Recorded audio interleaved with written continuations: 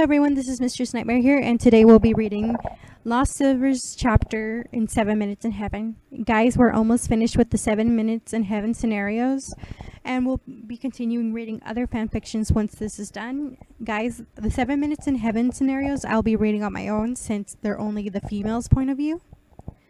And I'm currently working with Red with continuing the battle for Max's heart and some other stories that we kind of left hanging. And also, guys, for the Zalgo story, there's only 14 chapters, but since due to complications, chapter 14 is currently being rewritten or placed on hold. So you guys have to hold on that. Other than that, let's continue with the story. Please comment, subscribe to this channel if you guys want more creepypasta fanfictions out there. Anyway, let's get started.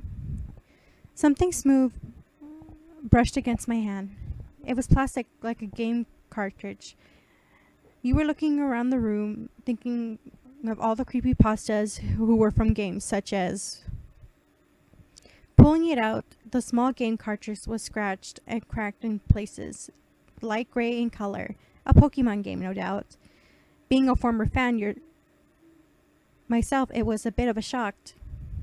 It was Pokemon Paradise. That would be plain awkward.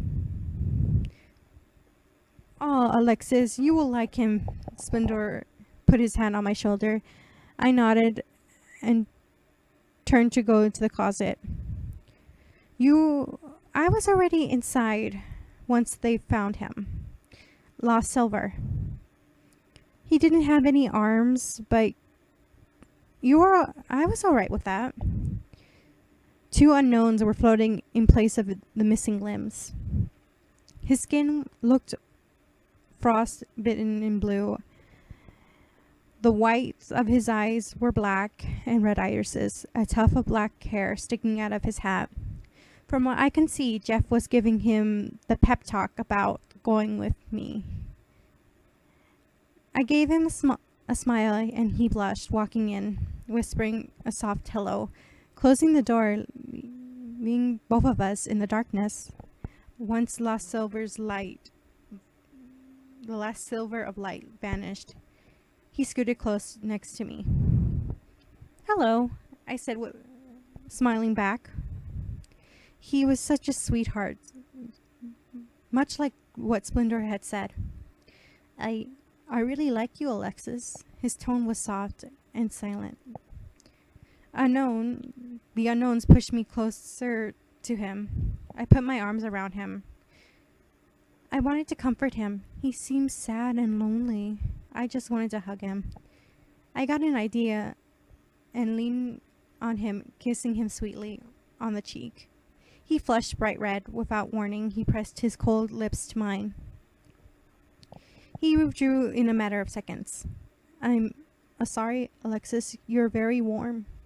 He looked away, embarrassed. It took all his confidence just to get into the closet. It's all right, Silver, I said, hugging his cold form. He shivered and nuzzled my neck. The unknown pressed me closer to him, like his hands almost. He was freezing cold and made me cold almost. He leaned and kissed me again. I was close in space of kissing him back. He leaned his head on my shoulders. The unknowns were always touching you in some way. You won't forget me, right? He asked, looking back at me, sounding depressed and saddened, waiting for my answer. Of course not. I won't, I said, hugging him. He stiffened and he rubbed as I rubbed his shoulders. Really? His tone was shocked, but faded into pure happiness. He started to sniff. I gave him another kiss on the cheek, and as the door opened. Aw, Splendor's eyes couldn't get any bigger or shinier. He yanked both of us out of the closet and giving us a big hug.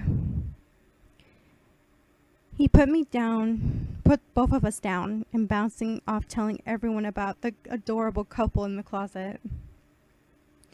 Alexis, would you like to play Pokemon with me? He said nervously. I nodded. He led me upstairs to his room. He wasn't shy when he closed the door, though.